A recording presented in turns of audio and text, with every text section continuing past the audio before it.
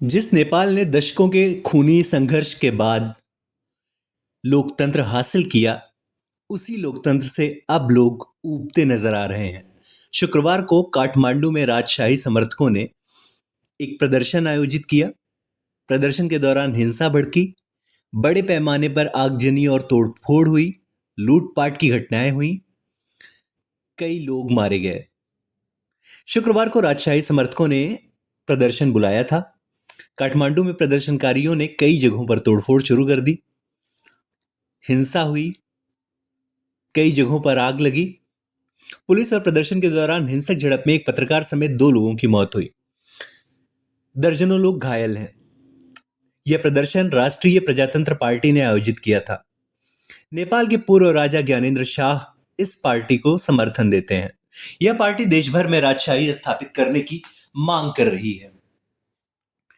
Kathmandu police ने RRP के महासचिव सांसद धवल शमशेर राणा और पार्टी के वरिष्ठ उपाध्यक्ष रविंद्र मिश्र समेत 5 लोगों को गिरफ्तार कर लिया है। नेपाल में लोकतंत्र विरोधी आंदोलनों ने जोर पकड़ लिया है। नेपाली पुलिस के डीआईजी दिनेश आचार्य ने प्रेस कॉन्फ्रेंस में कहा कि राजशाही समर्थक प्रदर्शन में संलिप्तता के लिए लोगों को गिरफ्तार किया जाएगा। प्रदर्शन के दौरान काठमांडू के तिनकुने में भयानक हिंसा हुई थी।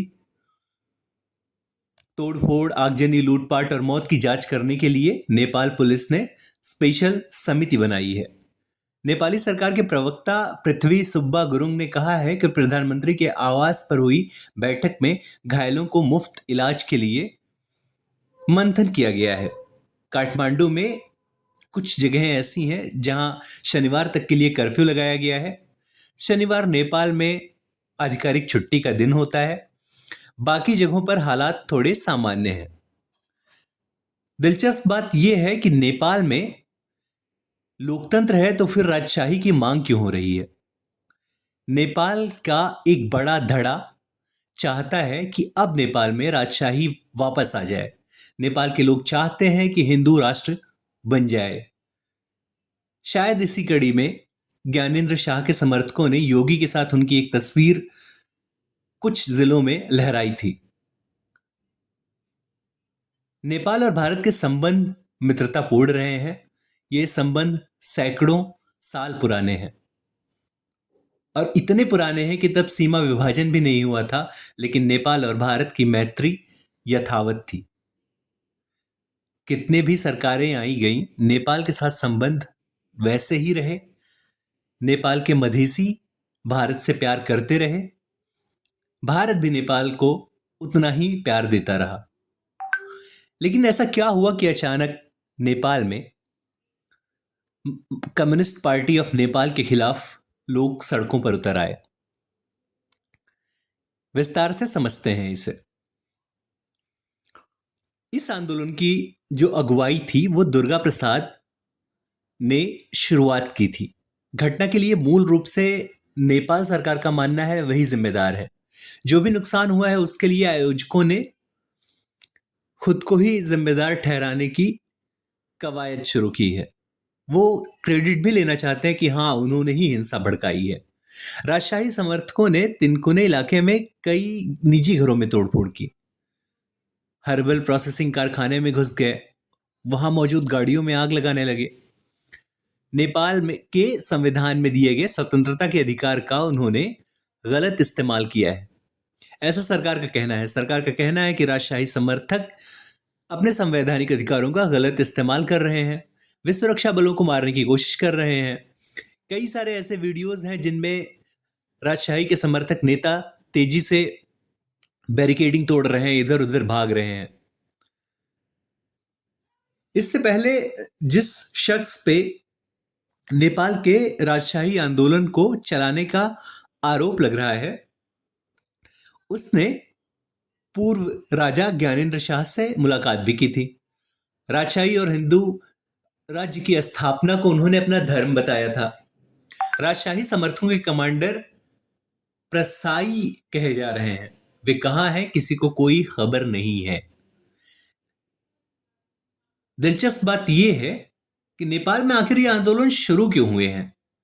दरअसल नेपाल दशकों से राजनीतिक अस्थिरता से जूझ रहा है। बीते कुछ दिनों में बहुत सारी रैलियां, प्रदर्शन हुए जिसमें राजशाही को फिर से स्थापित करने की मांग शुरू हो गई है। इसी महीने 5 मार्च को काठमांडू में राष्ट्रीय प्रजातंत्र पार्टी ने एक बाइक रैली निकाली। नेपाल के राष्ट्रध्वज के साथ लोग इसमें शामिल हुए। 6 मार्च को पोखरा में ज्ञानेंद्र ने पूर्व राजा वीरेंद्र की मूर्ति का अनावरण किया। इस दौरान सैकड़ों की संख्या में मौजूद लोगों ने राजशाही व्यवस्था वाला राष्ट्रगान गाया। ज्ञानेंद्र वीर विक्रम शाह नेपाल में लोकतंत्र के आने के बाद इस तरह सार्वजनिक जीवन में कभी नजर नहीं आए थे। उनका आना भी बेहद दिलचस्प है। लेकिन नेपाल में ऐसा क्या हुआ कि राजशाही खत्म हो गई? यह सब कुछ एक झटके में नहीं हुआ होगा, इसकी लंबी प्लानिंग हुई होगी। आइए समझते हैं। नेपाल के राजघराने में उस दिन तक सब ठीक था। राजपरिवार के किसी भी सदस्य को भनक नहीं लगी कि आज की रात कयामत की रात होने वाली है। कोई अपना ही अपने पूरे परिवार को खत्म करने पर उतारू हो जाएगा।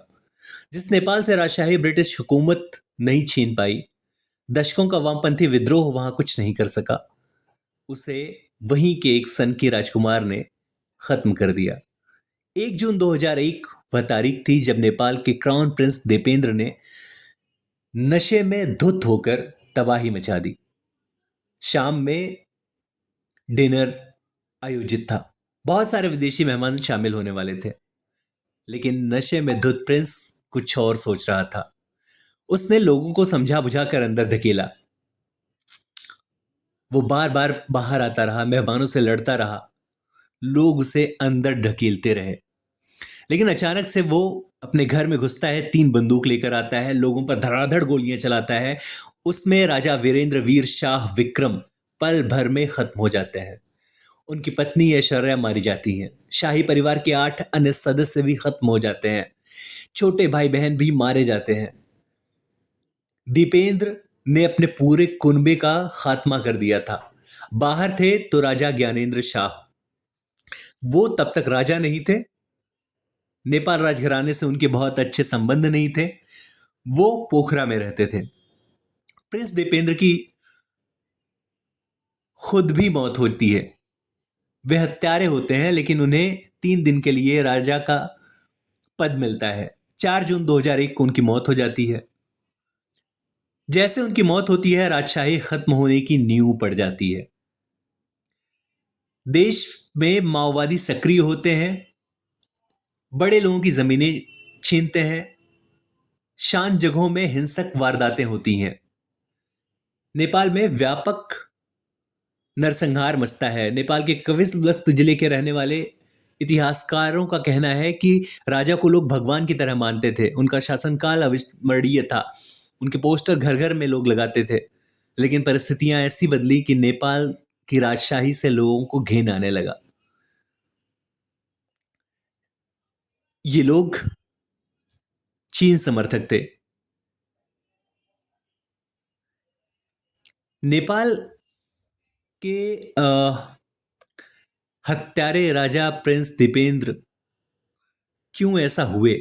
ऐसा कहा जाता है कि राजकुमार दीपेंद्र इंग्लैंड के एटन कॉलेज में थे जब उनकी मुलाकात नेपाल के नेता शमशेर बहादुर जंग राणा की बेटी देवयानी से हुई। दोनों एक दूसरे के करीब आए। नेपाल में एक बड़ा तबका मानता है कि राजा नहीं चाहते थे कि देवयानी राजकुमार करीब आए।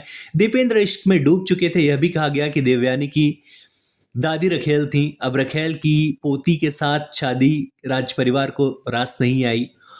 इसकी वजह से वे थोड़े नाराज रहने लगे।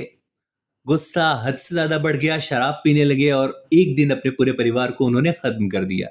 लेकिन मामला इससे कहीं ज्यादा व्यापक है। इसमें बहुत सारी साजिशें शामिल हैं जिनके बारे में कम बात की जाती है। नेपाल लोकतंत्र चाह रहा था, ऐसा नहीं है। 1960 के डिकेड्स में राजा महेंद्र ने संसद भंग किया, पंचायत प्रणाली लागू की, नेपाल में राजनीतिक दलों पर प्रतिबंध लगा, चुनाव में भाग लेने का अधिकार जनता के पास नहीं था, लोगों में असंतोष बढ़ा। 1990 के दशक में जन आंदोलन हुआ, बहुदलीय लोकतंत्र की मांग लेकर लोग सड़कों पे उतरे। लेकिन यह सब कुछ प्रतीकात्मक था। राजा ही प्रमुख कॉन्स्टिट्यूशनल मशीनरी के हेड थे। जब राजा वीरेंद्र मारे गए, दीपेंद्र खत्म हो गए, ज्ञानेंद्र शाह सत्ता में बैठे, तब नेपाल में लोकतंत्र आने की कवायद शुरू हो गई। उन्होंने 2005 में संसद भंग की, पूर्ण राजशाही की स्थापना की। नेपाल माओवाद के चरम पर था। 90 के शुरुआती दशक में शुरू हुआ यह आंदोलन हिंसक हो गया था। 24 अप्रैल 2006 को उन्हें माओवादियों ने सत्ता से बेदखल कर दिया। 28 मई 2008 को नेपाल संघीय लोकतांत्रिक गणराज्य बन गया। राजशाही खत्म हो गई, राज प्रणाली लागू हो गई। राजा को अपने राजमहल से निकलना पड़ा। उसे नारायण हिटी महल कहते हैं, जहां राजा रहते थे। नेपाल अब राजशाही की मांग कर रहा है। नेपाल में बहुत सारे संगठन हैं जिन्हें राजशाही चाहिए।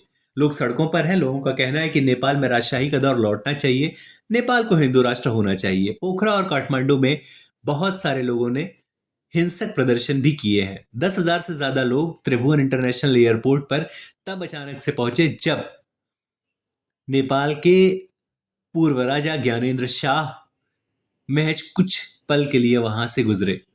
लोगों का कहना है कि नारायण हिटी खाली कर दो, राजा की जगह नारायण हिटी है। नेपाल में योगी के समर्थकों की भी कोई कमी नहीं है। वे भी चाहते हैं कि योगी आदित्यनाथ इसमें हेल्प करें कि नेपाल में राजशाही वापस लौटे। प्रधानमंत्री केपी शर्मा ओली की कम्युनिस्ट पार्टी ऑफ नेपाल मुश्किलों में है। लोगों का कहना है कि ज्ञानेंद्र विदेशी हस्तक्षेप के जरिए राजशाही हासिल करने की कोशिश कर रहे हैं, लेकिन ये लड़ाई इससे कहीं ज्यादा बड़ी है। नेपाल के धर्मनिरपेक्ष राष्ट्र बनने से बहुत सारे लोग नाखुश हैं। लोग चाहते हैं कि नेपाल को हिंदू राष्ट्र बनाया जाए, राजशाही वापस लौटे। नेपाली कांग्रेस समिति कई बार इस तरह की बैठकें कर चुकी है। हर बार हिंदू राष्ट्र बनाने के लिए नेपाल के लोग सड़कों पे उतर आते हैं। नेपाल आंदोलन के बारे में अभी भी बहुत सारी अस्थिरता है। उम्मीद है कि नेपाल अपने पुराने ढर्रे पर वापस आएगा। नेपाल में शांति आएगी। राजशाही आए चाहे ना आए, लेकिन हमारे पड़ोसी राज्य का स्थिर होना अनिवार्य है। आप सुन रहे थे क्रॉनिकल न्यूज। शुक्रिया।